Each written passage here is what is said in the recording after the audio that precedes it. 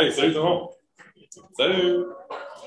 Bienvenue, merci d'être là. Je me présente Alexis Thibault, directeur de Distrobrain, ce fabuleux organisme sans lucratif de vulgarisation scientifique qui existe maintenant depuis presque 5 ans.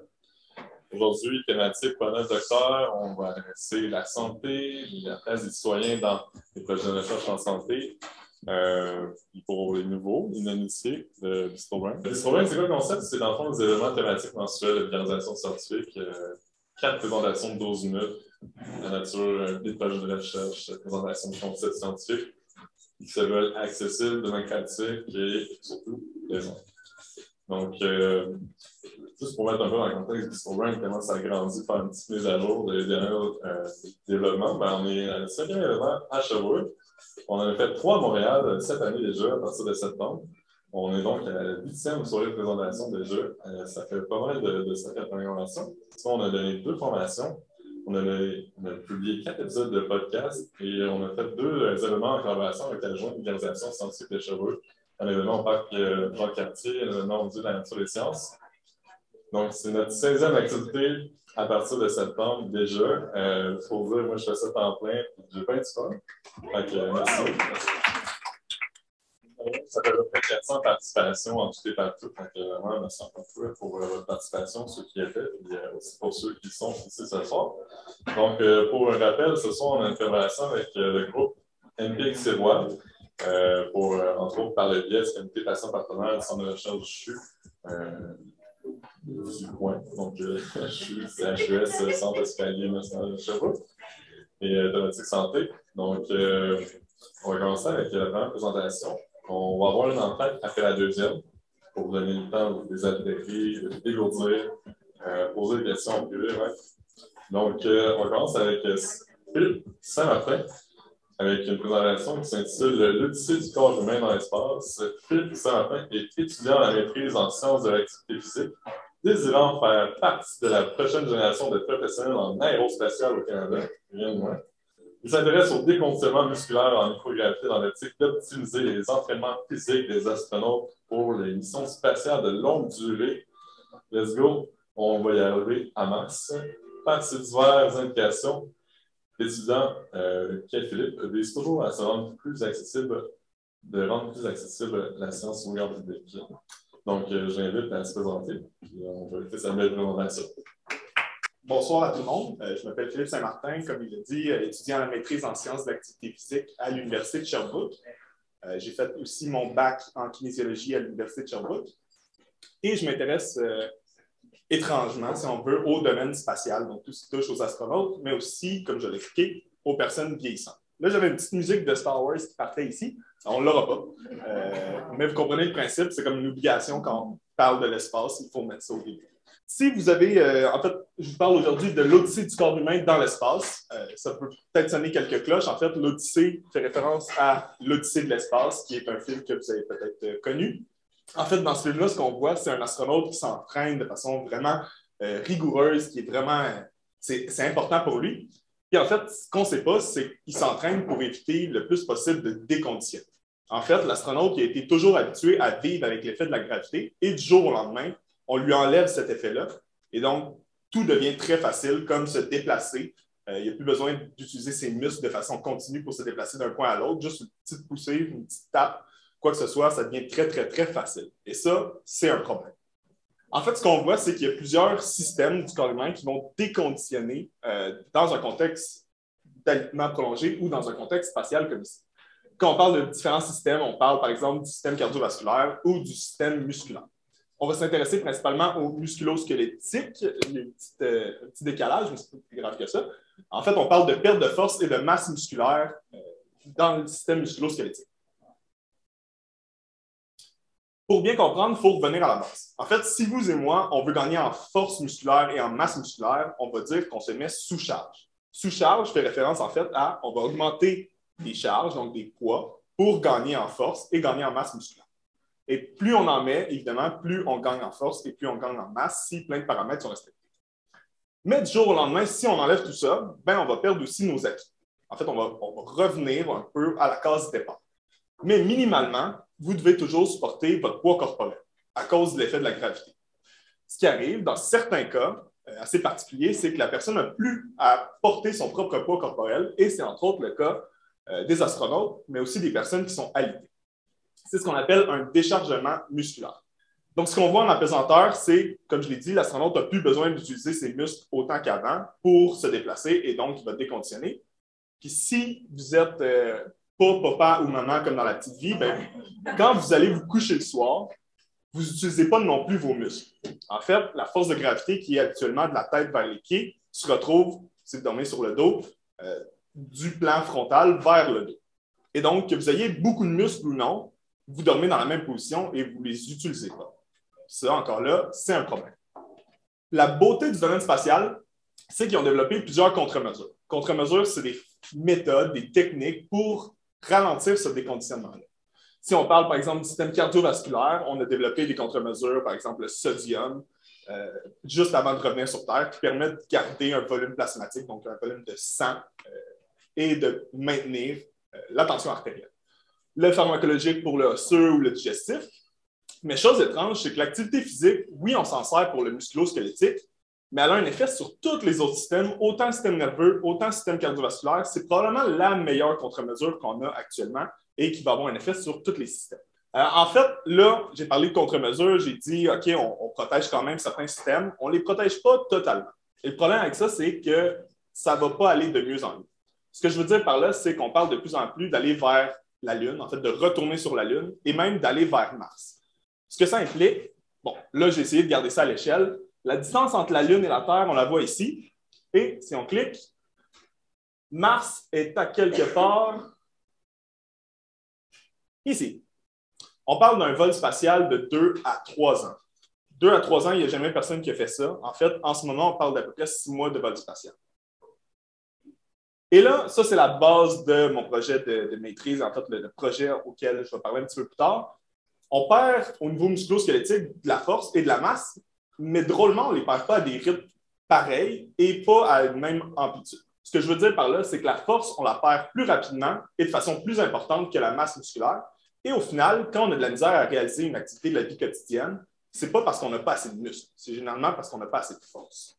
Donc, ça va jouer un rôle important. Et en ce moment, comme j'ai dit, on parle de vol de 6 mois à peu près. Donc, les astronautes reviennent sur Terre après 6 mois et ils sont, on va dire, relativement en santé. Et les agences spatiales, quand ils parlent de relativement en santé, ils parlent d'astronautes qui ne se tiennent pas debout. En fait, ils sont incapables de se tenir debout, oui, à cause d'un manque de force et de masse musculaire, mais entre autres aussi à cause d'une hypotension orthostatique. Ce n'est pas le but de la présentation aujourd'hui. Mais bref, il faut comprendre qu'il y a plein de déconditionnements des différents systèmes qui s'expliquent par le fait que l'astronaute n'est pas capable de se tenir debout, chose qu'il était capable, évidemment, avant de partir. Et là, on parle des exposés encore plus longtemps à ce déconditionnement-là, vers la Lune, vers Mars. Et ça, comme je l'ai dit, personne ne l'a jamais testé. On risque d'avoir un beau problème parce que ça va être juste de pire en pire. Évidemment, envoyer des astronautes, ça coûte cher. Le meilleur modèle pour mimer la microgravité ou l'apesanteur, c'est de rester au lit. En fait, c'est le modèle qu'on utilise pour mimer le déconditionnement des astronautes. On va laisser les personnes dans un lit pendant plusieurs moments. Donc, ça varie, dépendamment de ce qu'on regarde. Et, petite particularité, c'est qu'on ne les laisse pas à l'horizontale. On va incliner légèrement la tête un petit peu plus basse que les pieds. Ce que ça va faire, c'est que ça va ramener le sang vers la tête. Comme chez les astronautes, on voit, ils ont une accumulation de sang au niveau de la tête dans les premiers temps. Et ça va accélérer le déconditionnement. Quand je dis accélérer, sachez qu'à l'horizontale, vous avez aussi un déconditionnement qui est important. Ça fait juste l'accélérer un petit peu plus. Et donc, ce qu'on fait en ce moment au niveau de la Station spatiale internationale, on a 3 appareils d'exercice principaux, un pédalier, un tapis roulant et un appareil contre résistance. Mais ces appareils-là, on ne pourra pas les amener dans les prochains véhicules spatiaux. Pourquoi? Parce que les véhicules spatiaux, on parle d'à peu près, en fait, c'est moins que 9 mètres cubes d'espace habitable. Pour vous donner une idée, 9 mètres cubes, ce n'est pas légal au Québec de louer ça à quelqu'un pour habiter à l'intérieur. Là, les agences spatiales se sont dit, parfait, on va en mettre 4 astronautes habités ensemble dans 9 mètres cubes, ça va être excellent. Donc là, ils vont être très, très, très, très confinés et ils n'auront pas les mêmes machines d'entraînement. Donc, il va falloir que ce soit petit et très efficace. Ce qu'ils sont en train de développer, c'est une espèce de rameur qui servirait également pour faire du cardiovasculaire, mais aussi faire du musculaire. En fait, c'est un projet qui se déroule en ce moment à Montréal, qui vient de terminer. L'équipe de recherche est présente juste ici. On est en fait 8 équipes au Canada à travailler sur ce projet-là, dont une équipe de Sherbrooke. Et ce qu'on a fait, c'est qu'on a laissé alité, ben pas le laisser, mais on les a surveillés, évidemment. On a laissé pendant 2 semaines alité des personnes dans un lit à légère inclinaison, donc la tête plus basse que les pieds. Et nous, on regarde les mécanismes qui sont en jeu dans le déconditionnement musculaire, parce que si on comprend mieux ces mécanismes-là, ben on va pouvoir développer des meilleures contre-mesures pour ralentir le déconditionnement, autant chez les gens qui sont alités à l'hôpital que les astronautes. Qu'on parle d'astronautes qui déconditionnent dans l'espace ou qu'on parle de gens alités, on a le même, d'une certaine façon, on a le même problème, c'est un déconditionnement. Et donc, on cherche à améliorer les contre-mesures en exercice pour permettre de ralentir ce déconditionnement-là. Voilà.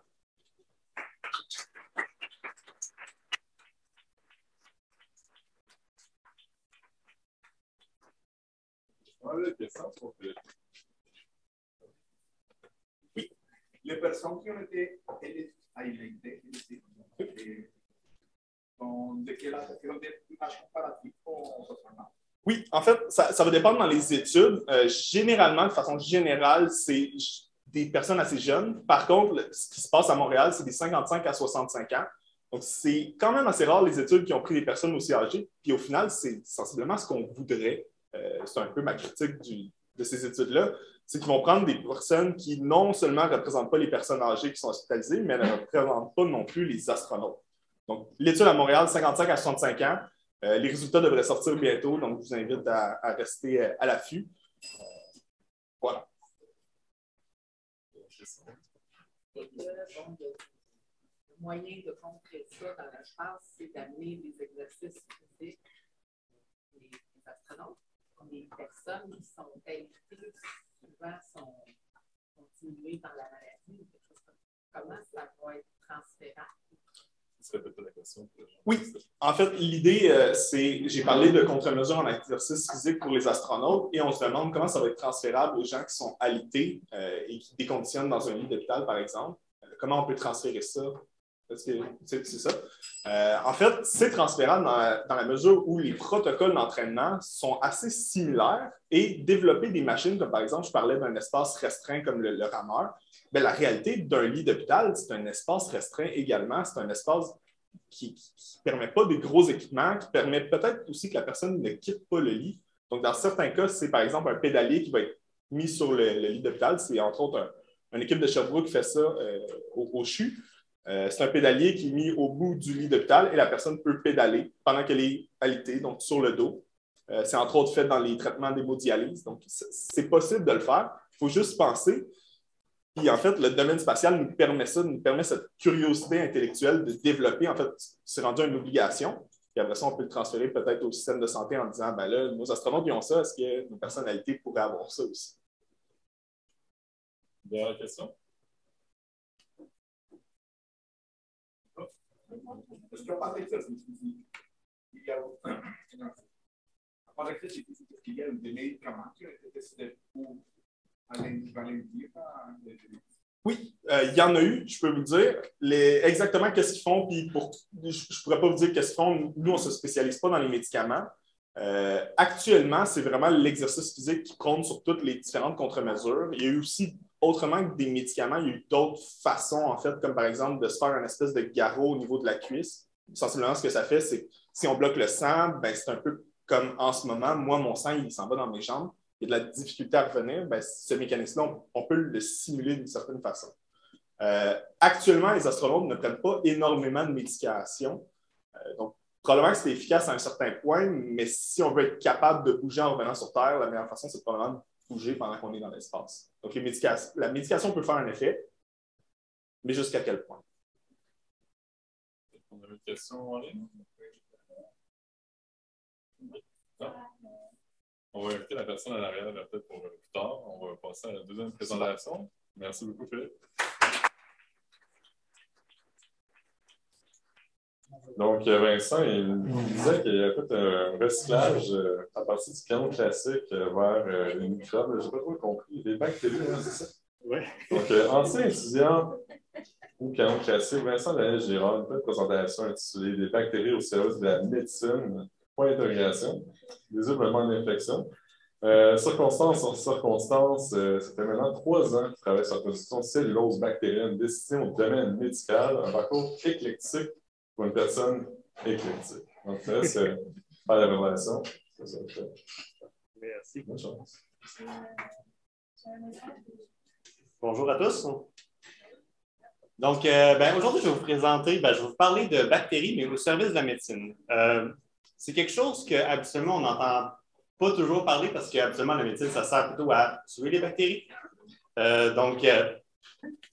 Mais on peut comprendre pourquoi les bactéries, ça a une mauvaise réputation parce que généralement, ceux qu'on connaît, c'est par exemple ceux qui donnent le tétanos, le botulisme, la chlamydia.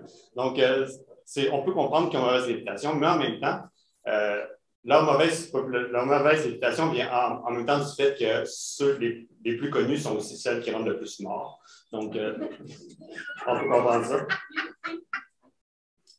Mais en tout cas, leur mauvaise réputation n'est pas vraiment justifiée parce qu'en fait, 95% des bactéries sont considérées comme étant inoffensives pour l'humain.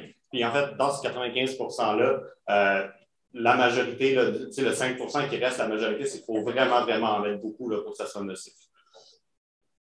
Aussi, petite anecdote, vous avez tous dans vous environ 40 000 milliards de cellules. Puis, vous avez aussi environ la même quantité de bactéries sur vous. Donc, vous êtes à peu près à moitié bactéries, si vous voulez. Puis, évidemment, les 40 000 milliards ne veulent pas tous vous tuer. Donc, une chance qu'ils ne veulent pas tous. Évidemment, on en retrouve, vu qu'il y en a autant partout, on en retrouve partout, puis on en retrouve aussi sur la nourriture de façon accidentelle et aussi volontaire. Par exemple, les façons volontaires qu'on va retrouver, c'est dans le fromage, le kimchi, le kombucha. Donc, c'est tous des endroits où on va en consommer de façon volontaire. Donc là, je vais vous expliquer un petit peu comment ça fonctionne, les bactéries, juste parce que j'assume qu'il y en a beaucoup qui savent comment ça fonctionne, mais tout simplement, une bactérie, en fait, une bactérie, c'est complexe, mais son métabolisme, c'est simple. En gros, ça a besoin d'un milieu humide, puis de sucre. Puis ce que ça va faire, c'est que ça va se multiplier, puis faire plein de choses avec. Là, comment vous voyez le plein de bonnes choses que ça fait? Soit c'est du caca de bactéries pour vous, ou c'est des choses de fun, ça c'est votre choix. Moi, je préfère le voir comme des bonnes choses. Puis, évidemment, donc, moi, mon objectif en génie biotechnologique, c'est d'utiliser des bactéries pour faire plein de bonnes choses que je peux contrôler.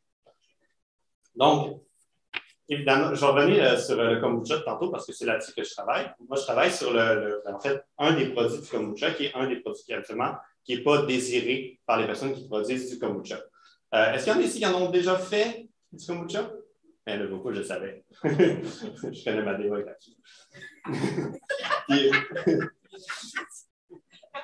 Mais donc, dans cela, vous avez sûrement déjà vu ça dessus, il y a une chose qu'on appelle la maman kombucha ou le maman champignon, ou je ne sais pas comment vous l'appelez, mais il y a plein de façons de le dire, ou le SCOBY. SCOBY qui veut dire Symbiotic Culture of Bacteria and Yeast, qui est une façon correcte de le dire parce que c'est ça que ça contient, c'est des bactéries et des levures. Cette chose-là est essentiellement constituée de ce qu'on appelle la cellulose bactérienne, ce qui est dans le fond de la cellulose au final. La cellulose, c'est la même chose que ce qu'on trouve dans les plantes. En fait, c'est le constituant essentiel de tous les végétaux. C'est ce qui donne la structure aux plantes. Mais il y a une différence essentielle, une différence vraiment majeure entre la cellulose qui provient des plantes et celle qui provient des bactéries du kombucha. C'est le fait que celle des plantes n'est pas ordonnée. Elle va être un petit peu aléatoirement construite. Et celle-là des bactéries, elle va être super ordonnée, ce qu'on appelle dans le fond une structure qui est semi-cristalline. Ça va lui donner plein de propriétés, que ce soit là, au niveau de la résistance, de la teneur en eau ou de la pureté, par exemple. Mais là, je vous parle de bactéries depuis tantôt, puis on est supposé parler de médecine. Donc, je vais vous faire comme un 360, puis on va commencer à parler de choses un peu plus dégueu. Donc, si vous voyez à l'écran, en fait, c'est une complication qui a été en fait créée, pas créée, mais qui a été causée par, dans le fond, une infection suite à une craniotomie. Donc, c'est un accident. C'est causé par des vis qu'on met pour faire les craniotomies. Après avoir fait les craniotomies, on met des vis. Et quand il y a des gens qui ont, par exemple, la peau mince, la vis peut aller éroder la peau au niveau quand il y a de la friction, puis éventuellement la percer. Ça crée les affections que vous voyez à l'écran. On estime qu'en Amérique du Nord, il y a environ 24 000 patients qui vont subir dans le fond, des complications suite à une craniotomie. C'est environ 5% des opérations. C'est quand même non négligeable. Juste pour vous éclaircir un peu sur ce que c'est une craniotomie, j'ai un super graphique avec un bonhomme pas très beau. Mais en gros, dans le fond, c'est toutes les opérations, c'est qu'on va enlever un morceau de la boîte crânienne, puis qu'on va, dans le fond, faire des opérations au niveau du cerveau. Mais quand on a terminé l'opération, il va falloir évidemment qu'on remette une vis en place, puis qu'on remette, dans le fond, le morceau de la boîte crânienne en place. C'est là que les complications qui sont dues à l'érosion vont commencer à apparaître. Et dans le fond, la solution que nous, on propose dans le groupe de recherche, c'est de mettre l'Acylobacterium que je vous ai parlé, mais entre la vis et la peau. Ça ferait comme un genre de coussin qui permettrait d'éviter le frottement entre les deux. Donc, vous pouvez voir ça de différentes façons, mais nous, on aime ça le voir comme un genre de pansement, mais à l'intérieur. C'est une forme de coussin. Donc, évidemment, on ne peut pas juste prendre la membrane de Acylobacterium et le mettre dans les gens, parce que si on essayait juste de mettre du kombucha dans des gens, je ne serais pas ici en ce moment. donc, on a un procédé qui fait en sorte qu'on doit enlever absolument toutes les bactéries de l'Acylobacterium. Puis en fait, pour enlever absolument toutes les protéines, les bactéries, les déchets cellulaires, pour obtenir au final une membrane qui ne contient que de l'Acylobacterium. On veut absolument ce produit parce que c'est ça qui va être utile pour la protection. Donc là, vous allez voir une petite vidéo, c'est à part. Elle va-tu partir? Ah, elle va partir, super. Une petite vidéo de quoi ça ressemble le produit qu'on fait à la fin. Donc, vous voyez, c'est transparent, c'est translucide aussi. Ça retient beaucoup d'eau, puis il y a une très bonne résistance mécanique aussi. C'est gluant. Puis ces propriétés-là, donc par exemple, le fait que c'est très hydraté, que c'est fait de cellulose bactérienne, ça fait en sorte que c'est très biocompatible. Donc, ça veut dire que quand on l'insère dans quelqu'un, il n'y aura pas de réaction immunitaire associée. Et aussi très peu, ce qui fait en sorte qu'on limite les degrés de liberté, en fait, toutes les possibilités d'erreurs qu'il pourrait avoir ou s'il y a quelque chose qui se passe, on sait que c'est dû à de la cellulose bactérienne. C'est très hydraté, ce qui fait en sorte que, par exemple, quand il y a des nouveaux vaisseaux sanguins qui se forment, ils vont pouvoir se faire à même la membrane. Puis c'est évidemment très résistant, ce qui fait en sorte que durant la période de convalescence, la personne va pouvoir être protégée et il ne va pas avoir la membrane ne sera pas percée par l'implantaire. Donc là, je sais que vous avez tous hâte de vous faire implanter ça. Puis, mais j'ai des mauvaises nouvelles. Parce que ça prend beaucoup de temps de faire approuver ça. Donc, moi, à ma maîtrise, en ce moment, je travaille là-dessus à temps plein. Puis, l'objectif de ma maîtrise, c'est de vérifier c'est quoi la biocompatibilité de la chose. Donc, on teste ça sur un modèle, sur des rats, en fait. Puis, à la fin de ma maîtrise, on va pouvoir commencer des tests homologués,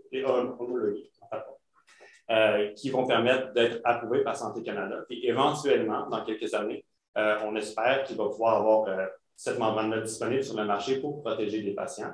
Et encore mieux, de protéger dans d'autres endroits pour d'autres raisons. Par exemple, s'il y a des choses pointues qui sont installées dans des gens, mais à d'autres endroits que dans la tête, ça peut fonctionner aussi.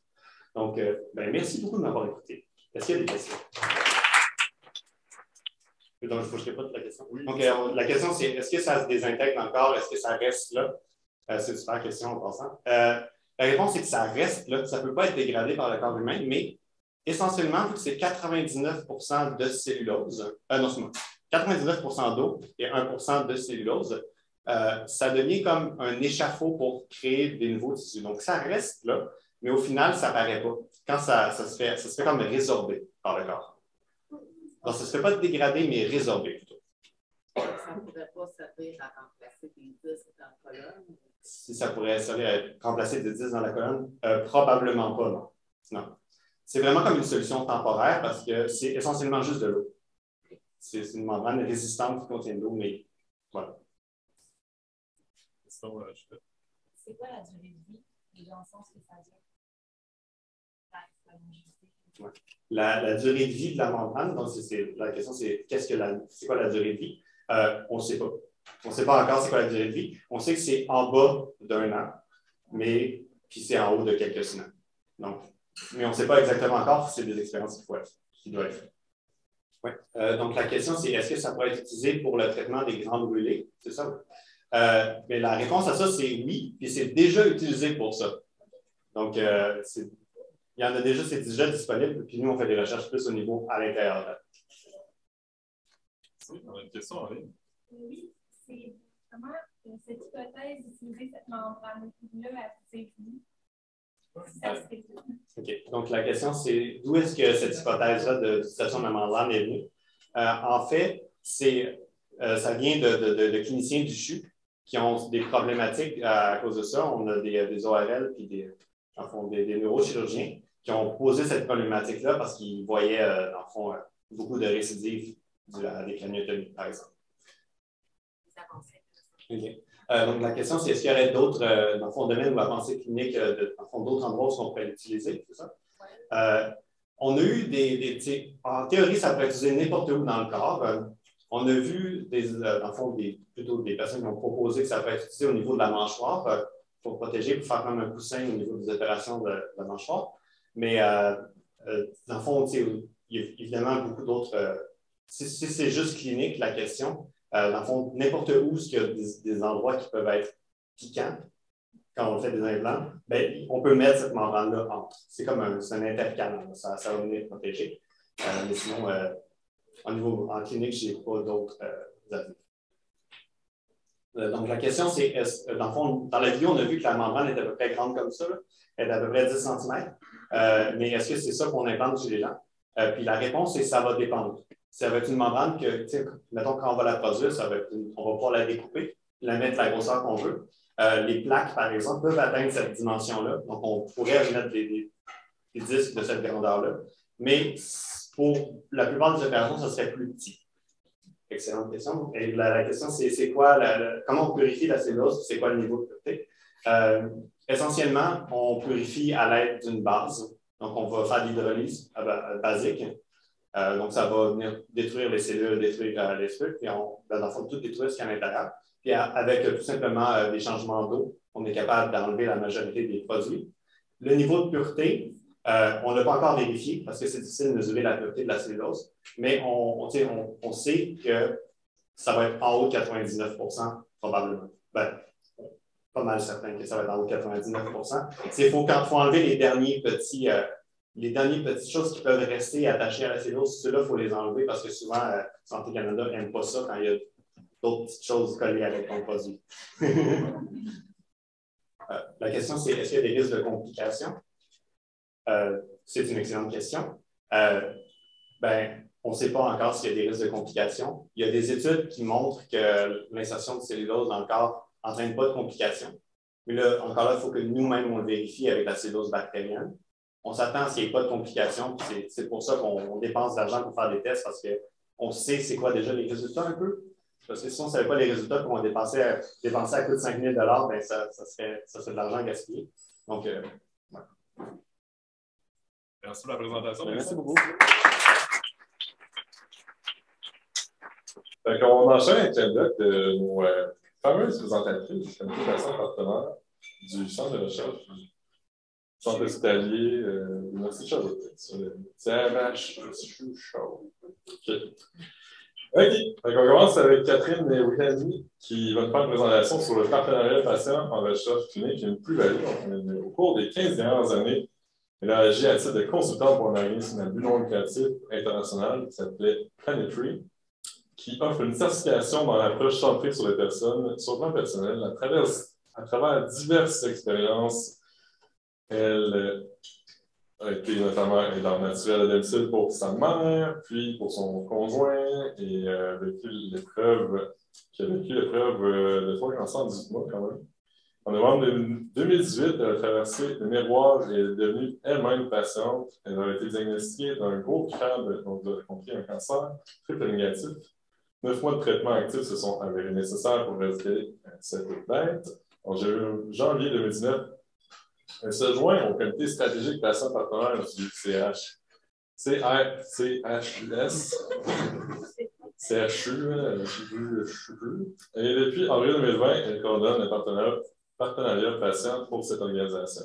Donc, aujourd'hui, elle présente justement c'est quoi, le comité patient partenaire. Je t'invite à venir sur le 5.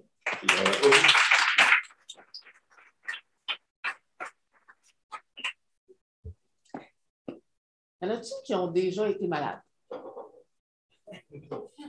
Y en a-t-il pour qui la maladie ou une condition physique ou psychologique a été prenante dans leur vie? Vous êtes des patients partenaires potentiels. Le partenariat patient... Oh, collègue, j'ai pas de pied. Bon. Okay. Le partenariat patient en recherche, c'est d'avoir une expertise de la vie avec la maladie ou une condition de santé physique, psychologique, une condition sociale qui est prenante, puis de la mettre au service de la recherche. Moi, quand j'ai réalisé que mon grand dérèglement cellulaire pouvait être mis au service de la recherche, j'ai trouvé ça bien trippant, puis je ne pensais pas que ça allait devenir mon travail, mais j'avoue que je ne peux pas être plus choyée que ça. Le partenariat patient en recherche, c'est... Il y a les sujets de recherche, ceux qui testent des médicaments, des thérapies, des pratiques cliniques. Puis ça, c'est les sujets de recherche. Les patients partenaires en recherche, c'est des gens qui vont faire partie d'une équipe de recherche. C'est assez peu connu. En fait, la recherche en général n'est pas très bien connue dans la population, elle n'est pas connue comme option de soins. Il y a beaucoup de monde qui se retrouve dans des régions éloignées et qui n'ont pas nécessairement accès aux essais cliniques qui peuvent parfois sauver des vies. Quand on est, par exemple, là, je parle de ce que je connais, le cancer du sein, quand on est à des stades avancés du cancer du sein, parfois, il n'y a pas d'option de traitement curatif, mais il y a des options de traitement qui vont permettre d'étirer la vie. Or, dans les essais cliniques, des fois, on voit des personnes qui vont participer à un essai clinique qui, leur cancer va se résorber. Ça fait que des fois, un essai clinique, c'est une voie pour esquiver la mort. Alors, je suis rendue, je me suis évadée. Il y a plein de bénéfices au partenariat patient en recherche. Vous les voyez à l'écran, je ne vous lirai pas tout ça. Ce qui est le lien commun entre tout ça, c'est la pertinence. Le partenariat patient en recherche, ça amène une sorte de point de liant entre les idées des chercheurs puis les besoins des patients. Ça date de quand, tout ça? Ça date... C'est venu avec les patients du sida puis les patients de cancer du sein, le fameux « Nothing about us without us ». Ça a parti à peu près dans les années 80-90. Après ça, il y a des groupes plus structurés en Angleterre puis aux États-Unis. En Angleterre, c'est Involve, aux États-Unis, c'est Picori, qui sont intéressés au partenariat patient en recherche. Au Canada, ça s'est développé un petit peu plus tard, dans les années 2010 à peu près. Il y a eu avec les IRSC qui ont développé la stratégie de recherche axée sur les patients. Puis, c'est devenu de plus en plus présent dans les critères de soumission de projets de recherche, tout ça. Mais qu'est-ce que ça donne vraiment? Pourquoi c'est important? Cette étude-là est longue à expliquer, puis je n'irai pas dans tous les détails, mais ce que ça amène, ce qu'on voit clairement, c'est que les priorités qui sont identifiées par les patients, puis celles qui sont identifiées par les chercheurs, ce n'est pas la même chose. Fait que c'est d'amener une adéquation entre les idées des chercheurs et les besoins des patients.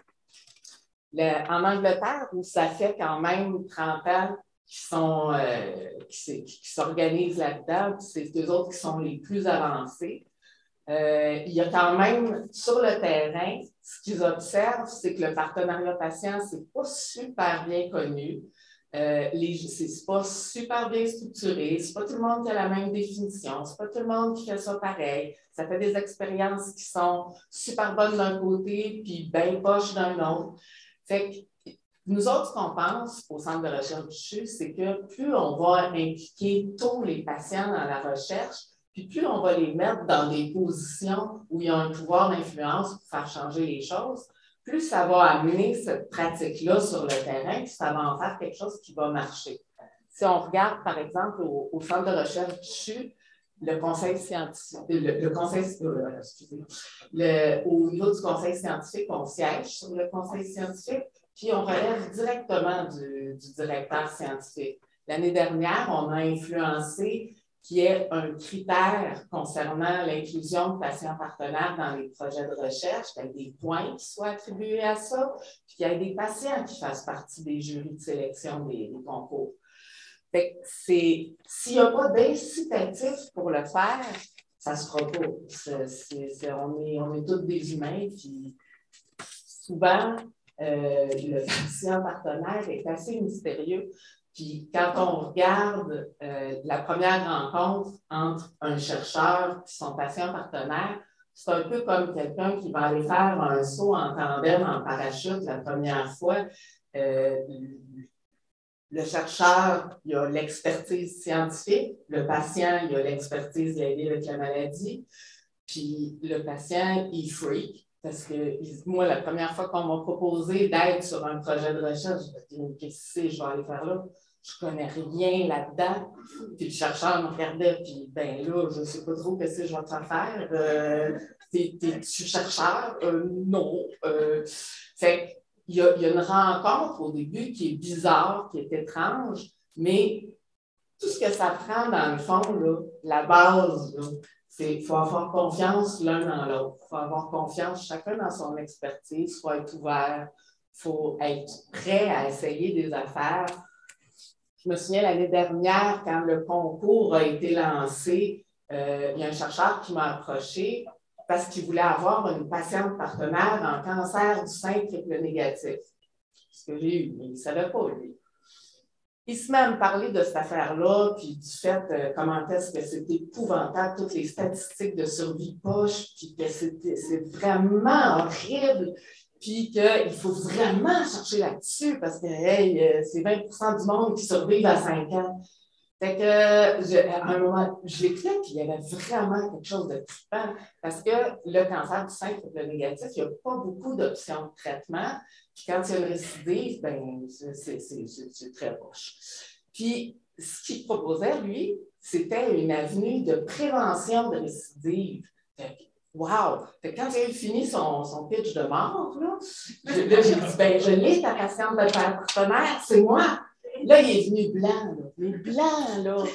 Il se confondait avec le mur en arrière. Puis là, je dis, oh, ben, peut-être que je suis trop intense, là. Peut-être qu'il ne veut pas m'avoir. J'ai laissé ça bien ouvert. Mais là, si tu veux quelqu'un d'autre, c'est pas grave, j'en connais d'autres, là, c'est pas grave. Il dit, non, c'est pas ça. Et là, j'ai cliqué. J'ai fait, attends un peu, time out. Je dis, moi, là, les statistiques poches, là, je les connais.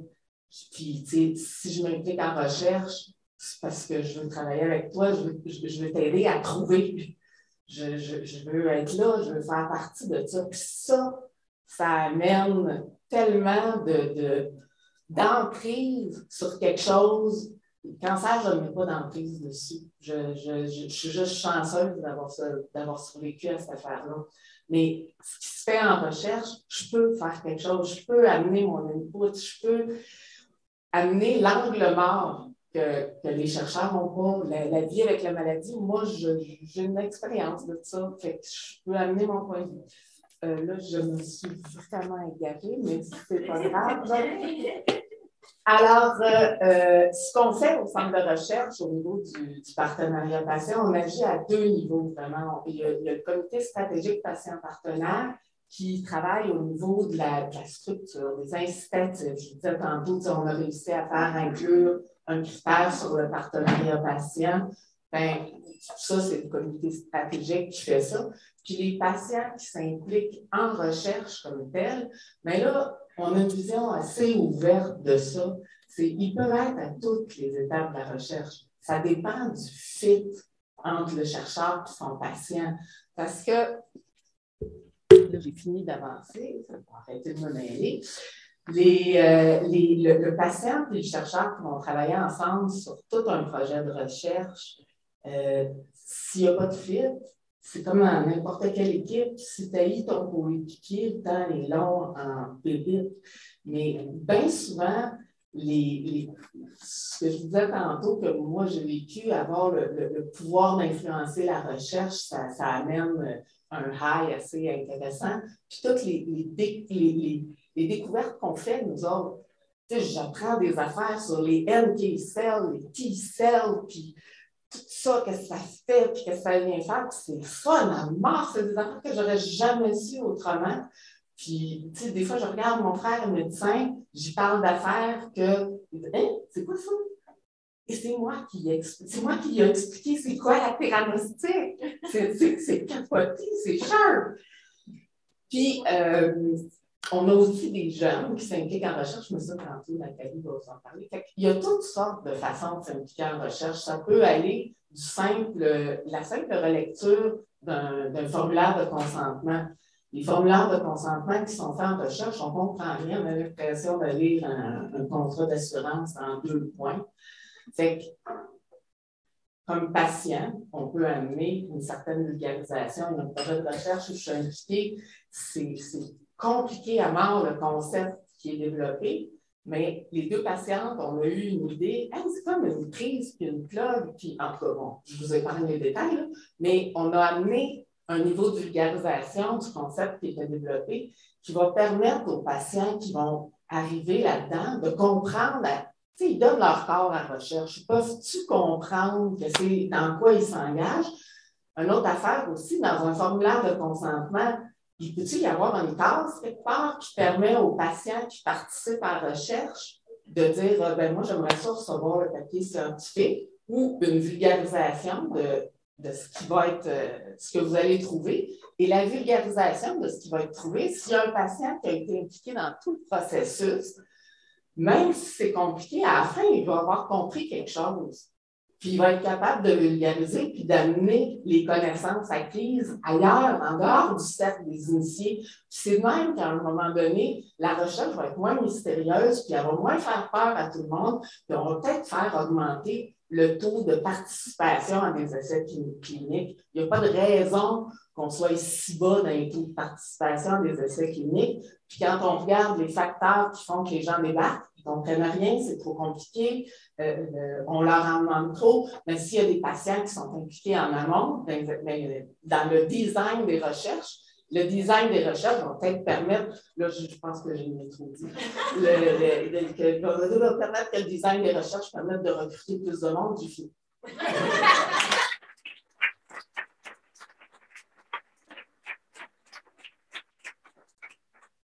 J'ai vraiment bien senti comme final. On a vraiment senti le message chiffre. Je pense qu'on parle de vulgarisation, on a un message au long de l'histoire. Est-ce qu'on a une question pour s'adresser à ce message? Oui. Félicitations. Merci. C'est vraiment inspirant, merci. Je voulais savoir, premièrement, c'est quoi Triple N? Vous avez l'air d'une très bonne vulgarisatrice. Et deuxièmement, ça a été quoi votre première perception là, quand vous avez eu le diagnostic? La première perception, j'ai trouvé que c'était horrible la période entre le moment où je me suis tapé une bosse puis le moment où j'ai eu le diagnostic. C'est là que j'ai eu une idée d'un projet de recherche, puis que j'ai couru avec une chercheuse, puis qu'on a fait « Ah, OK, oui, ça pourrait être cool ». Puis que là, elle m'a dit « Quand tu vas être ma patiente partenaire ». Fait que ça aboutit cette année par une ligne téléphonique qui est offerte à toutes les Québécoises pour amener du soutien aux femmes qui sont en période pré-diagnostique, et ce soutien-là est apporté par des survivants du cancer. Fait que des fois, les idées des patients, ça peut aboutir par quelque chose de concret sur le terrain.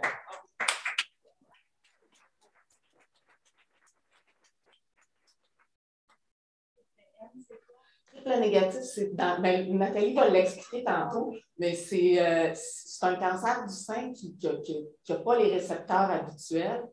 Puis les traitements, dans le cancer du sein, c'est formidable, c'est ce qui se rapproche le plus de la médecine personnalisée. Il y a des cocktails chimiques pour chaque sous-type de cancer, mais avec le triple négatif, ça ne répond tellement pas que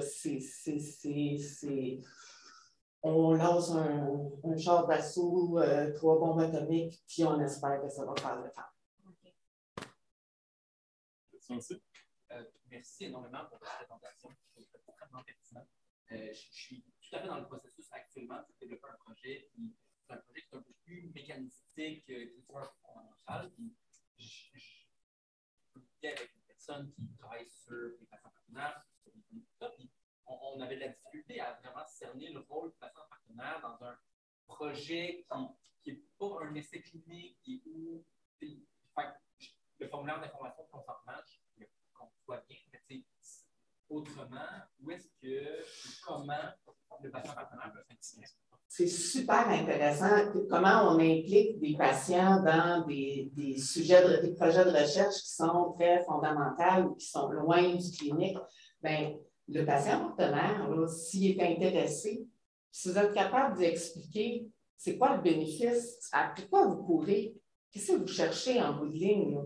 Pourquoi faire, puis que ça résonne dans sa condition, bien, il va triper sur votre projet. Puis, il ne comprendra peut-être pas tout le premier jour, mais si vous l'impliquez dans vos réunions de recherche, puis qu'il en entend parler régulièrement, puis que vous êtes ouvert à répondre à ces questions, il va comprendre. Puis, rendu à la fin, il va pouvoir vous aider dans le transfert de connaissances. Il va pouvoir relire votre article scientifique, puis amener le point de vue patient, amener. Puis, plus on est capable de connecter les besoins des patients avec ce qu'on a découvert, plus c'est vendeur, plus les journalistes aiment ça, plus ça peut pénétrer ailleurs que sur PubMed.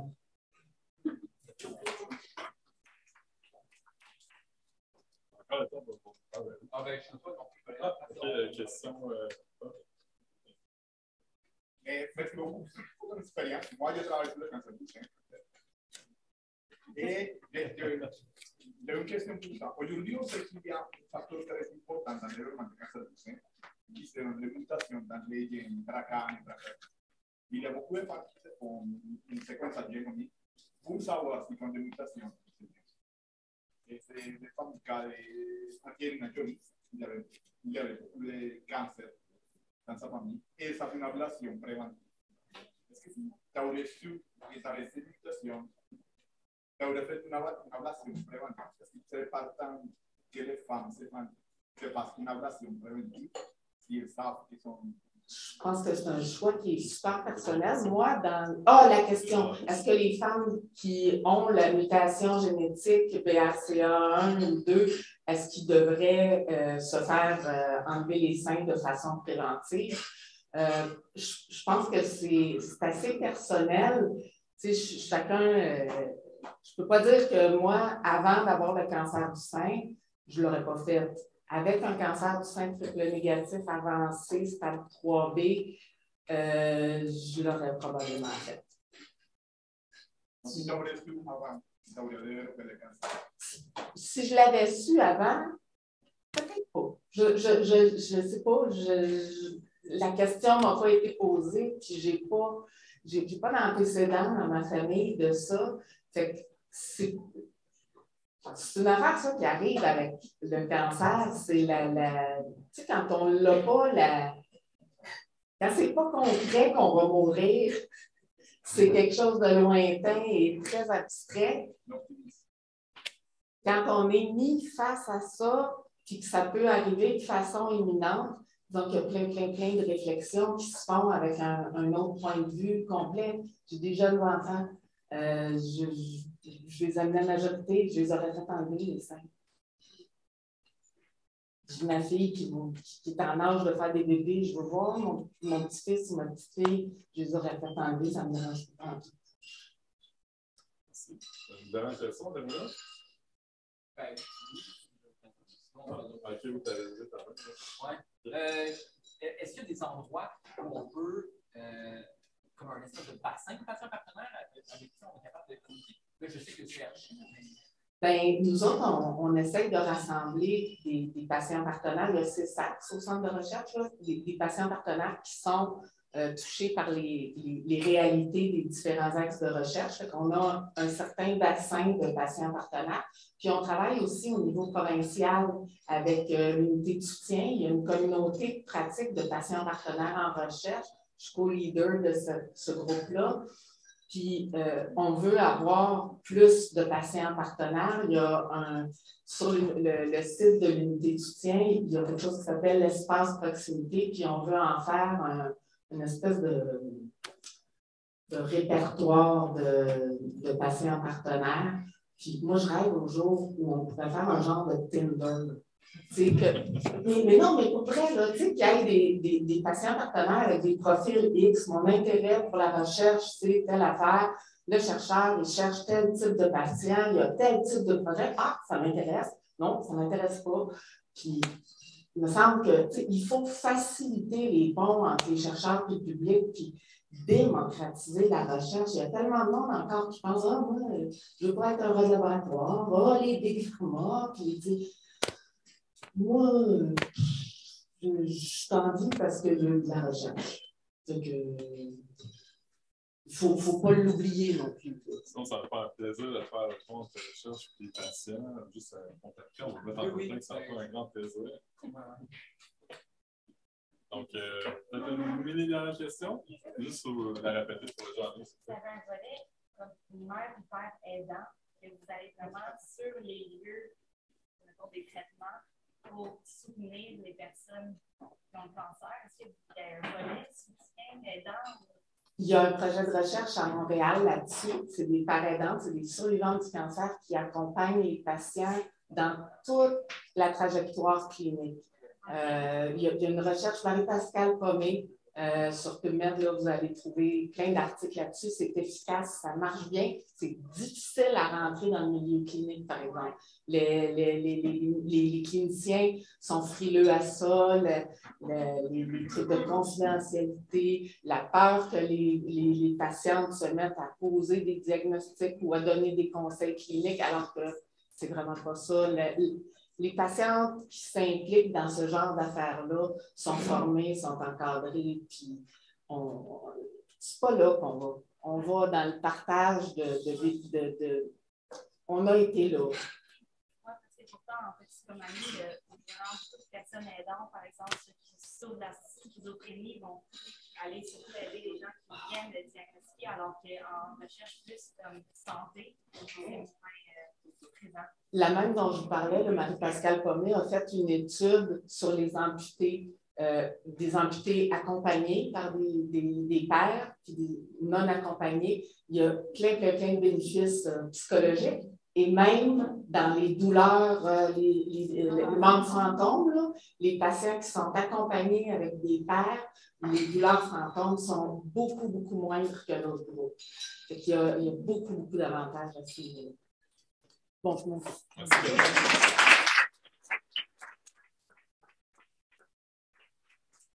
On est déjà rendu à la quatrième présentation dans le survey. Je pense qu'Achille a vraiment bien mis la table pour ce qui s'en vient. En fait, on va recevoir. Pour ça, je suis vraiment content de recevoir. C'est un peu une drôle de rencontre parce que, bon, pour faire l'histoire, en fait, j'étais dans un restaurant, puis là, je vois quelqu'un arriver que je connais, puis je suis comme, pour moi, c'est une célébrité qui arrive, puis il fait comme. Hey, c'est toi, Alexis Thibault? Je suis comme, quoi? Qu'est-ce qui se passe? Les rôles sont inversés. C'était vraiment un cours dépourvu, mais là, vraiment, de fil en aiguille, j'ai parlé du problème, c'est le fort que moi. Puis là, ben, qu'est-ce qu'on a ce soir? C'est une présentation, même une collaboration de Nathalie Platte, qui va nous faire une présentation intitulée La recherche clinique en cancer du sein, pas sans les patients partenaires. Donc, pour l'histoire, Nathalie est psychologue, clinicienne, enseignante au collégial et chroniqueuse au journal Le Devoir depuis peu. Elle est aussi connue pour sa participation en tant que co-idéatrice et animatrice des cinémas activités présentées mensuellement par le Festival Cinéma du Monde de Sherbrooke, qui allie santé mentale et cinéma. Depuis son expérience avec la maladie, elle prend part à différentes initiatives en tant que patiente partenaire, notamment pour le comité des copines, qui travaille au développement et au rayonnement du comité patient, au rayonnement partenariat patient en recherche clinique en cancer du sang en collaboration avec le groupe MPIC-Sirois. Donc, je vous invite à applaudir chaleureusement. Bon, une célébrité. Je suis vraiment gênée.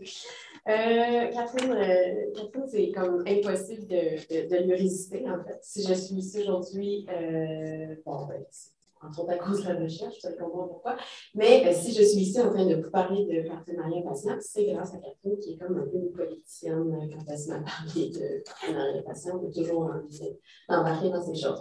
Donc, elle vous a déjà parlé de partenariat patient en général. Je vais y aller de façon un petit peu plus spécifique en cancer du sein. Je suis complètement gênée d'avoir à vulgariser le cancer du sein devant quelqu'un qui travaille en recherche en cancer du sein, mais vous allez avoir la perspective du patient. Donc, ah non, moi, c'est ça que je vais vivre, là. C'est sûr que moi, je vivrais ça. Oh, yes! Oui, non, je me présente, Nathalie Perle, chroniqueuse, enseignante et patiente partenaire parce que, ben ça, c'est moi. La veille de mon 40e anniversaire, je recevais mon 5e traitement de chimiothérapie et on était en pandémie, premier confinement. Donc, c'était pas un beau moment. Mais je remarque quand même que j'ai fait fitter mon foulard avec le siège, la couleur du siège. J'avais mes coquettes tout le temps, même en cancer du sein. Donc, j'ai reçu un diagnostic de cancer du sein en janvier 2020. J'avais 39 ans pour d'assurance invalidité. Je m'étais dit que je prendrais ça à 40 ans. Et, ouais, c'est ça, les bonnes décisions. Et, ben voilà, mon chirurgien oncologue, celui qui a fait la biopsie, m'a dit il y a 3 grades, grade 1, grade 2, grade 3. Votre cancer, c'est un grade 3. Je me rappelle de ça, c'est des petites phrases qui marquent. Mais je tiens quand même à vous dire que je suis en ce moment dans ce qu'on appelle moins une rémission. J'ai remarqué la prudence des oncologues avec le mot rémission. On va dire NED, No Evidence of Disease, depuis 1 an. Quelques chiffres sur le cancer du sein et sur l'impact de la recherche. Donc, selon l'OMS, le taux de mortalité par cancer du sein entre 1980 et 2020 dans les pays à revenus élevés, malheureusement, seulement a chuté de 40 %. Donc ça veut dire que le même type de cancer du sein que j'ai vu si on avait été dans les années 80, je ne serais pas ici aujourd'hui. La recherche est fondamentale. Pourtant, bon, ça demeure quand même la première cause de mortalité par cancer pour les femmes atteintes en bas de 40 ans. Parce que ce qu'il faut dire, c'est que le cancer du sein, la plupart des gens pensent que c'est le bon cancer, même des fois on se le fait dire, ah, c'est le bon cancer, ça, il y a un bon taux de survie. Non, pas en bas de 40 ans. C'est un cancer qui est beaucoup plus agressif plus on est jeune, en fait. Donc, je vous le dis, parce que des fois, ben, quand vous avez un ami, quelqu'un dans votre entourage qui a en bas de 50 ans, qui a un cancer du sein, ça ne sert à rien de lui parler de votre grand-maman qui, elle, va très bien aujourd'hui et qui l'a eu. Donc, c'est vraiment pas du tout les mêmes réalités. Par contre, et là, je veux qu'on lance des verres, qu'on pitche des tables. C'est complètement révoltant. Préparez-vous. Il n'y a que 3 % de taux de participation aux essais cliniques au Québec. On va comparer avec le Royaume-Uni, 20 %. Puis, tout à l'heure, Catherine disait, le partenariat patient est implanté au Royaume-Uni depuis des années. Ici, ça commence. Il y a un lien entre les deux. Donc, nous, on pense que plus il va y avoir de partenariats patients en recherche, plus il va y avoir des bistrobrains aussi qui aident à vulgariser, plus il va y avoir un taux de participation qui va augmenter aux essais cliniques. Donc, au Royaume-Uni, ce qu'ils ont fait, c'est qu'ils ont créé le National Health Service qui a mis sur pied, dans le fond, le National Cancer Research Network. Ils ont intégré les essais cliniques dans les parcours oncologiques. Si on compare ici au Québec, la femme qui est atteinte à cette île ou à Bécomo ou à Montréal ne va pas du tout avoir la même exposition aux essais cliniques. Donc, ça reste très, très, très morcelé.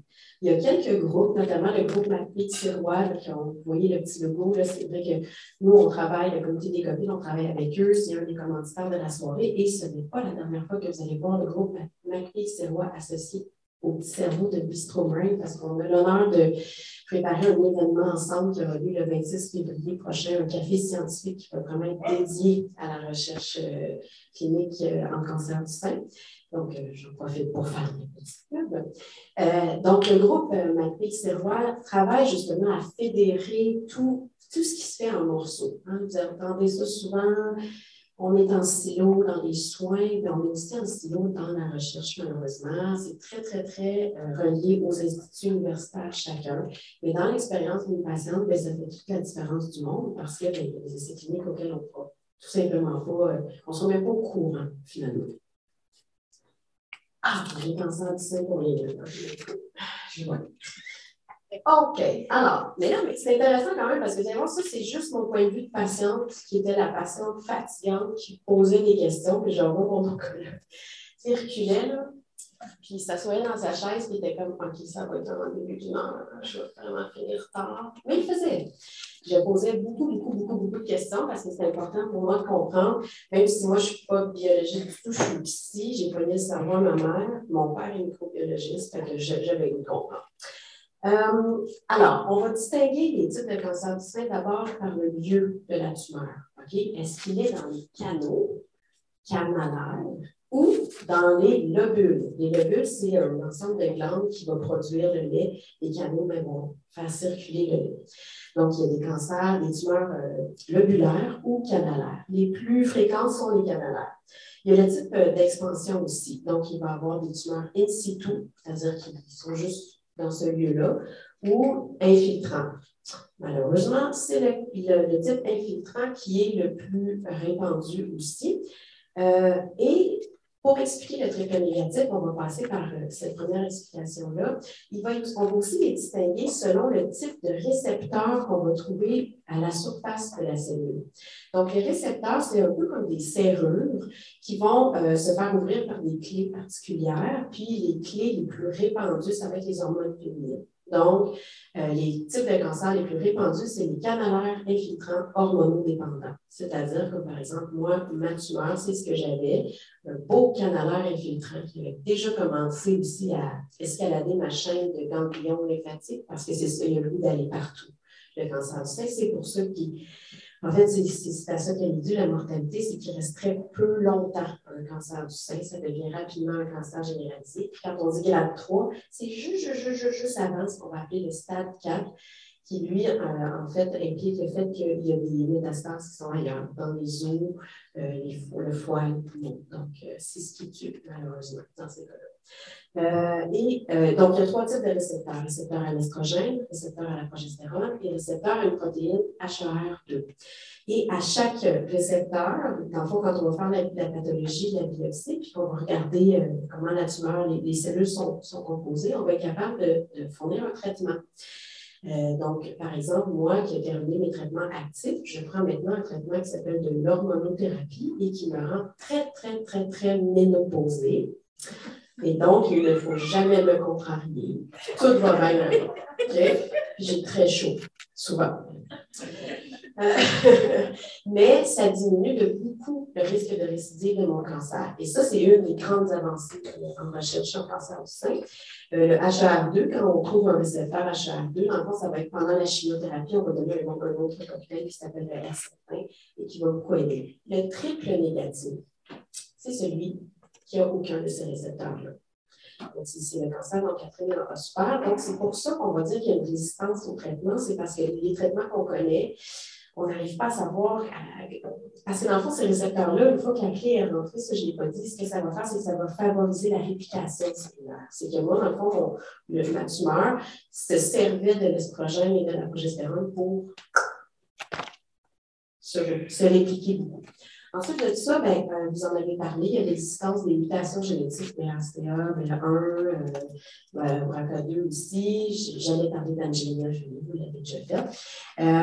Puis, dans le fond, peut-être juste dire, hein, c'est pas as-tu le gène, as-tu pas le gène, tout le monde a le gène. C'est juste qu'il y a une faute d'orthographe, une mutation sur certains gènes. Et quand on a cette mutation-là, on a non seulement une forte chance de développer un cancer du sein, mais on a aussi qui est plus agressif, puis il y a plus de visualité. Ça va-tu?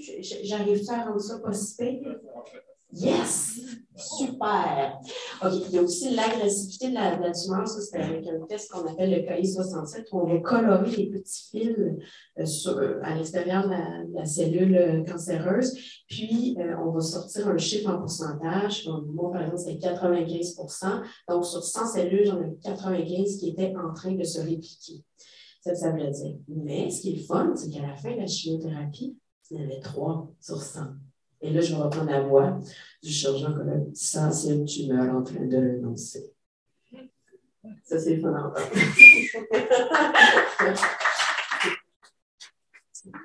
Donc, les perspectives prometteuses en cancer du sein, je vais passer plus rapidement là-dessus parce que j'ai l'impression que j'ai pris plus de temps, mais quand même, juste faire une petite ligne du temps. La chirurgie, on fait ça depuis 1800. La chimio, depuis 1940. Là, on a amélioré beaucoup les cocktails. On a commencé la radiation depuis 1950. Les traitements adaptés par type de cancer, c'est depuis 1990. Donc, ce qu'on vous dit, là, notamment l'hormonothérapie, tout ça, ça a énormément fait monter les taux de survie. C'est depuis 1990. Et là aussi, l'avenir, c'est beaucoup l'immunothérapie qui va utiliser finalement les défenses immunitaires du corps pour contrer les cellules cancéreuses. Et on a la professeure Lee Boitaille, qui est directrice ici de l'Axe Cancer au Centre de recherche du CHU, qui travaille actuellement sur un vaccin contre le cancer du sein triple négatif, justement. Donc, on fait beaucoup de recherches dans ce sens-là. Et là, je ne vais pas vous l'expliquer. Il y a aussi les T-cells que Catherine explique beaucoup mieux que moi. Tu veux expliquer, Catherine? Ou, viens faire 2 secondes. Parle dans le micro. Oui. On extrait le sang, on va chercher les T-cells, on les booste. Les T-cells, c'est un peu comme des cellules qui peuvent apprendre à mieux nous défendre, des cellules immunitaires. Ça va-tu jusqu'à date? On est tout en train de valider. OK. Puis, fait qu'on les sort, on les booste, on les réinjecte, puis là, ils vont se battre. C'était Catherine. Voilà, mais on travaille aussi sur les monoclonal antibodies, les thérapies cell-based, c'est notamment les T-cells, les vaccins, ce sur quoi le professeur Boitaille travaille, puis les virus oncolytiques, c'est vraiment des virus qu'on injecte et puis qui auraient une action, finalement, il reste stimuler le système immunitaire ou pas? Ils vont attaquer. Ils vont attaquer. Voilà, je vais passer là-dessus. Je peux vous donner des exemples concrets de partenariats passés en recherche clinique en cancer du sein. Donc, je vais vous parler du soutien-gorge détecteur de tumeurs. Je vais vous parler des jeunes pisteurs, puis un projet de père aidance, mais par des enfants. La ligne Info5 dont Catherine a parlé, puis le comité des copines. Donc, ici, on a 2 beaux jeunes chercheurs en génie, en 3D, puis là, ils sont là, puis ils se disent, hey, nous, on va travailler sur un soutien-gorge qui détecte les tumeurs. C'est formidable parce qu'une des choses sur laquelle il faut travailler en cancer du sein, c'est sur la prévention, la détection. Or, la mammographie, c'est très désagréable. Donc, personne n'a envie d'y aller. Et des fois, bien, ça fait que, surtout quand on en bas de 40 ans et qu'on n'est pas à risque que j'ai eu cancer dans notre famille, on n'y va pas. Donc, imaginons, par exemple, que là, moi, j'ai eu un cancer, je n'ai pas vraiment envie de retourner à l'hôpital, de faire des mammographies, tout ça. J'aurais un soutien-gorge qui serait relié à un système d'imagerie, puis on pourrait détecter la tumeur. Il y a une patiente partenaire que je nommerai pas, là, qui voit ça passer, puis qui dit « Hey, je vais l'appeler, elle dit « Hey, as-tu des filles dans ton groupe? » Non. T'as-tu pensé au lymphédème? Je ne sais pas si c'est un lymphédème. Ben, en fait, quand on se fait enlever les petits ganglions, là, les ganglions, ça s'occupe de la lymphe. Okay? Bon, on les fait enlever quand ils sont métastatiques. Et là, ben, on fait du lymphédème, c'est-à-dire qu'on a les bras, le bras qui se gonfle de lymphe, et on va énormément réagir à ce moment-là, tout ce qui va être compressif. Et là, si son soutien-gorge est trop compressif, ça ne marchera pas. Et là, Catherine lui a tout exposé. Elle lui a exposé toutes ces réalités-là. Et là, mais lui, il était formidable parce qu'il était super ouvert, le professeur Van Houten et puis Alexis Lucie Desbiens.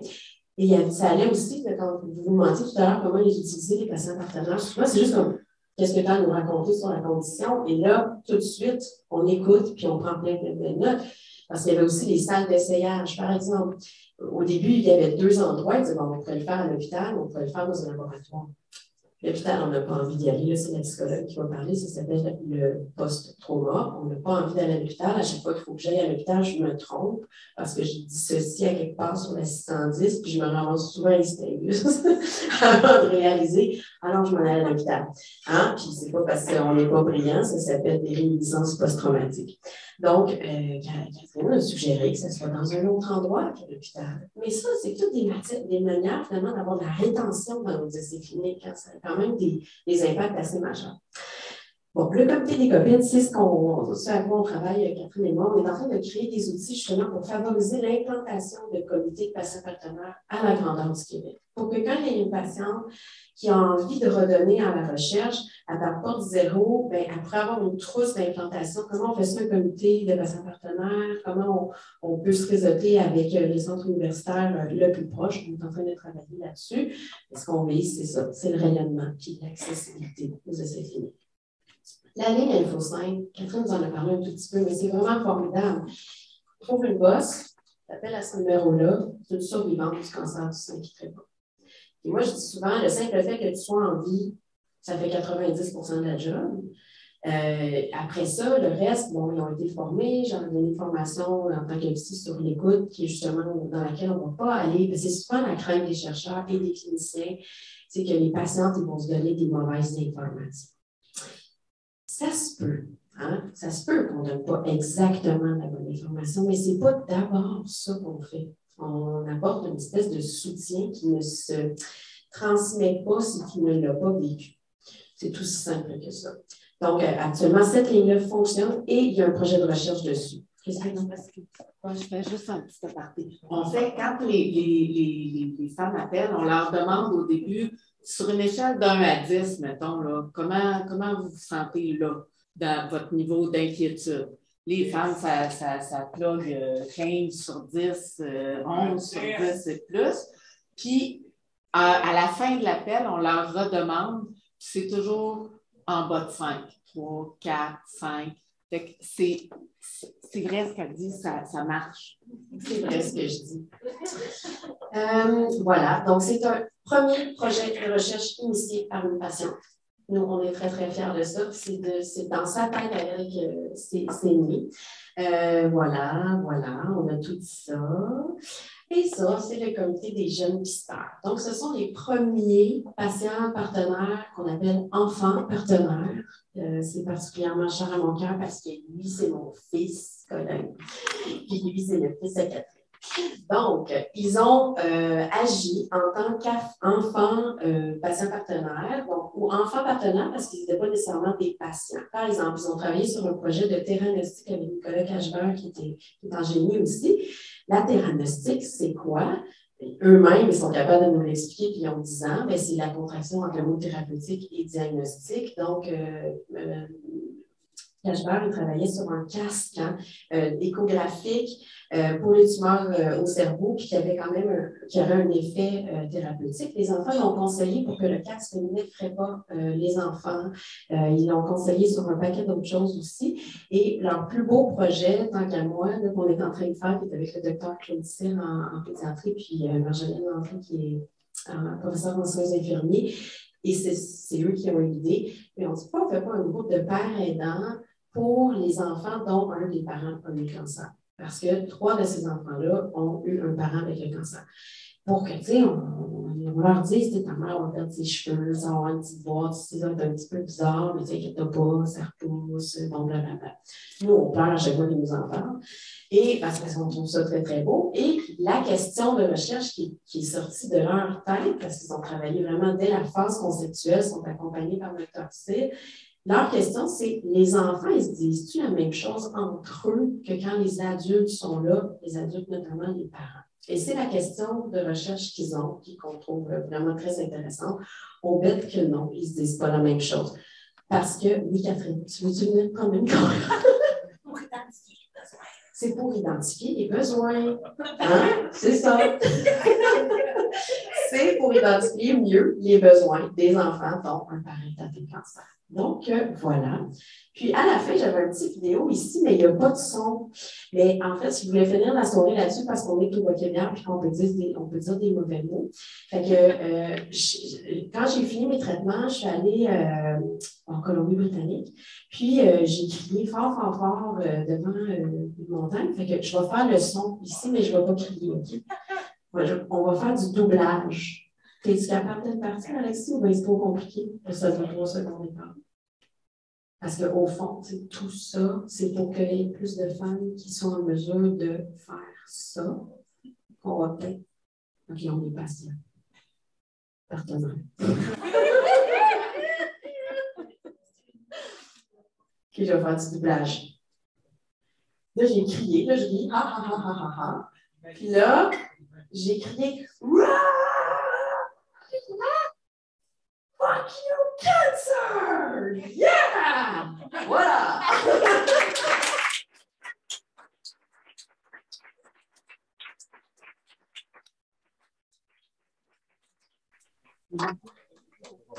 Merci. Avait-on des questions? Donc, la question portait sur le comité des copines, sur l'implantation des comités partout à la grandeur du Québec. On est dans l'année 1. Donc, nous, notre livrable de cette trousse d'outils-là est pour la mars 2022. Donc, nous, on est vraiment dans la conception actuellement de cette trousse-là. On est aussi dans la recherche de besoins. On a travaillé avec différents partenaires, QCRO, un paquet d'organismes qui travaillent tous dans ce sens-là, mais de façon peut-être un petit peu isolée. Et nous, on va essayer de fédérer tout ça, de rassembler tout ça. On va faire le café scientifique en février, mais c'est sur plusieurs années probablement avant qu'on puisse aller implanter ça à Bécomo ou à Sept-Îles, à Rimouski. Mais ce n'est pas du tout exclu qu'on ne parte pas en voiture, nous deux. Puis qu'on n'aille pas faire des choses comme ça dans des hôpitaux, devant des chercheurs, à des instituts universitaires. Le bus Westphalia qui du copine, ça compte. Oui, un bus copine. Oui, ça va être formidable. Deuxième question. Ah, oui, ça va. Je parle des patients partenaires. Vous avez parlé d'utilisation scientifique, vous avez parlé de genre de Tinder, mais c'est quoi les autres choses qui manquent de budget? Qu'est-ce qui manque pour avoir plus de patients partenaires ou plus de sujets de recherche dans les essais cliniques? Parce que, parce que dans le fond, les patients partenaires, c'est un des buts. C'est sûr, c'est d'orienter les chercheurs, de les conseiller, comme on disait, tout ça. Mais c'est vrai que l'autre but, c'est qu'il y ait plus de participation aux essais cliniques. Qu'est-ce qui manque? Moi, je pense qu'il manque beaucoup de coordination. C'est ce qu'on a vu avec l'histoire au Royaume-Uni. Ils ont, parce qu'il y a beaucoup de belles initiatives isolées. Donc, même entre Montréal et Sherbrooke, la patiente ne se fait pas présenter les mêmes essais cliniques. Donc, ça, il faut que ça arrête. Bon, il y a des histoires là-dedans, on ne sait pas quoi, on a des hypothèses, c'est pourquoi les gens travaillent en silo. Mais c'est ça qu'il faut arriver à briser, c'est des cultures qu'il faut arriver à briser. Pour nous, c'est un changement de culture. Patient partenaire, mais c'est un changement de culture qui, je pense, c'est dans une zeitgeist, l'air du temps un peu. La paire aidante, c'est beaucoup dans l'air du temps. Je pense que, donc, d'après moi, il y a un changement. On a raison d'avoir espoir. Merci pour la question. Dernière question? Oui.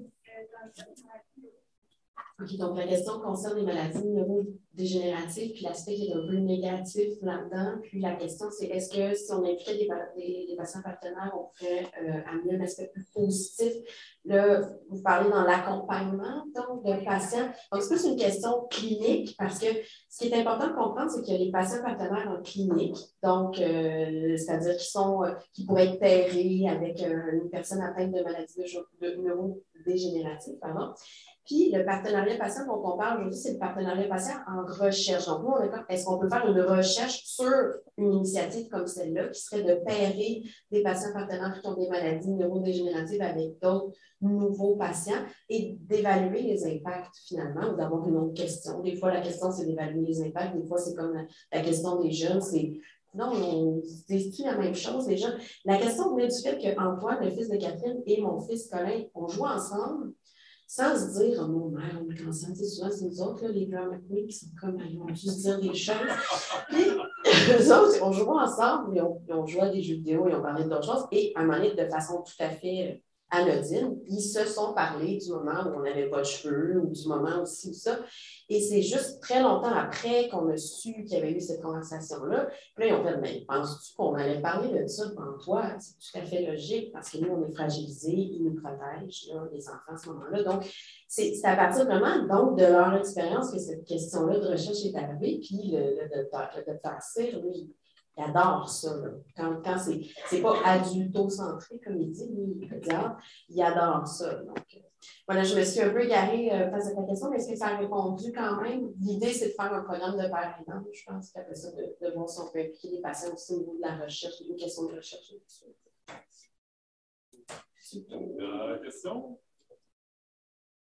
C'est pas gênant. Ah,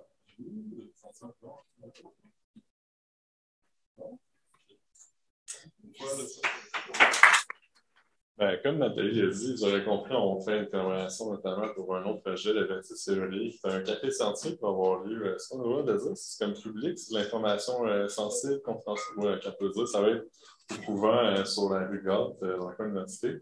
Donc, ce qui était anciennement un point d'isolement pour les gens qui sont de la COVID, maintenant accessible pour la vulgarisation scientifique. Donc, il y a comme un peu de science qui se promène, de manière clinique ou théorique.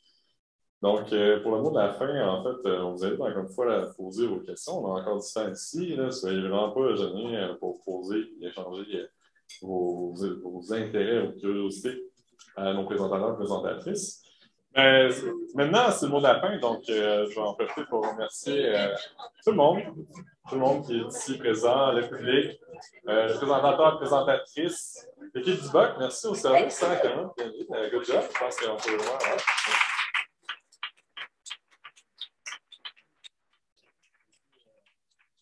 Hein? L'équipe de Discovery, on avait moi-même en animation, justement, on avait Juliette à Technique Son qui nous a fait une belle playlist pour mettre un peu d'ambiance groovy.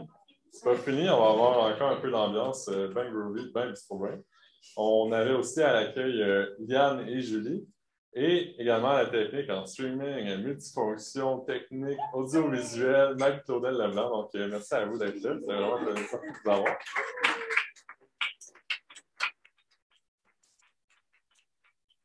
Et pour ce qui est de Discovery, on prend un petit congé des fêtes, donc on va être de retour. Notre prochain événement, ça va avoir lieu le 19 janvier à Montréal. Comme j'ai indiqué tout à l'heure, vous pouvez faire du suivi en ligne. C'est la joie de la technologie. C'est une collaboration notamment avec le Remis. On salue une représentante ici présente, Mme Audet, qui a proposé cette collaboration-là et qui va avoir lieu. Et finalement, on aimerait ça vous dire qu'il y a des postes ouverts à Discovery, autant à Sherbrooke qu'à Montréal, si vous voulez vous impliquer dans le grand déploiement de la vulgarisation scientifique à l'échelle provinciale, parce que oui, Discovery, on a des grands projets.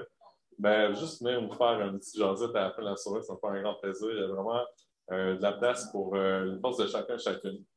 Et finalement, ben, on est prêt à faire du rattrapage durant notre absence, durant les fêtes. Il y a toutes nos vidéos, nos présentations sont sur notre chaîne YouTube. On a nos podcasts également qui sont sur toutes les plateformes.